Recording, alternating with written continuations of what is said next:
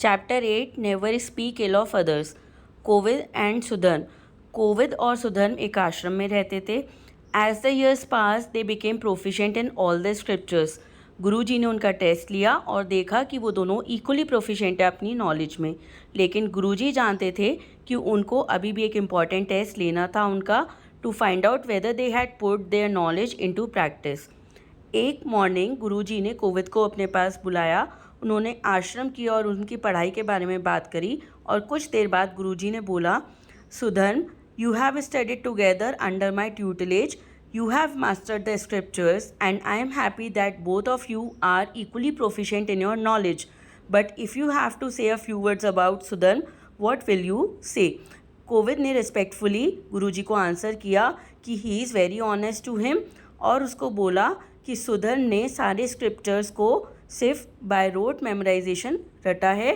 He is like an ox, उसके पास दिमाग बिल्कुल भी नहीं है। गुरुजी ने कहा, कोई बात नहीं, एक्सपीरियंस सबको सब सिखा देता है। गुरुजी ने उसको ब्लेसिंग दी और भेज दिया। फिर गुरुजी ने सुधर्म को अपने पास बुलाया और उनसे वही सब बातें पूछी जो उन्होंने कोविद से पूछी थी। तो सुधर्म ने भी आंसर पोलाइटली देते हुए कहा कि कोविद ने सारे स्क्रिप्चर्स को रोट मेमोराइजेशन से लर्न किया है। He is like a camel, he carries the load of scriptures without even understanding them. Guruji ने कहा, कोई बात नहीं, एक्सपीरियंस आपको सब सिखा देता है, और सुधर्म को भी आशीर्वाद देकर भेज दिया। अब कोविद और सुधर्म का लास्ट डे था आश्रम पे।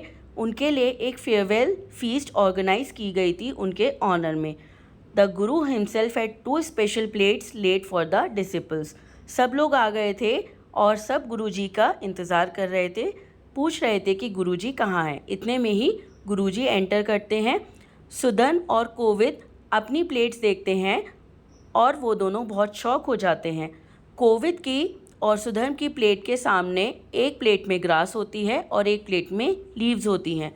गुरुजी बोलते हैं, you called each other and ox और कैमल, इसलिए आपको ग्रास दी जा रही है for the ox and leaves for the camel.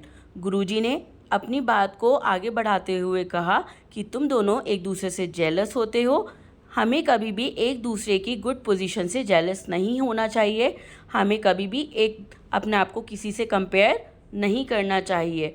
हम वो चीज़ नहीं पा सकते जो दूसरा सिर्फ उसे देखकर कर सकता है। हमें मिला है उसके साथ कंफर्टेबल रहना चाहिए और कभी भी अपने आप को किसी से कम नहीं आंकना चाहिए। Jealousy can not be removed easily, इसलिए हमें इंडिफरेंट रहना चाहिए और पेन नहीं फील करना चाहिए। कोविद और सुधर्म वर dumbfaced. They had learnt a lesson.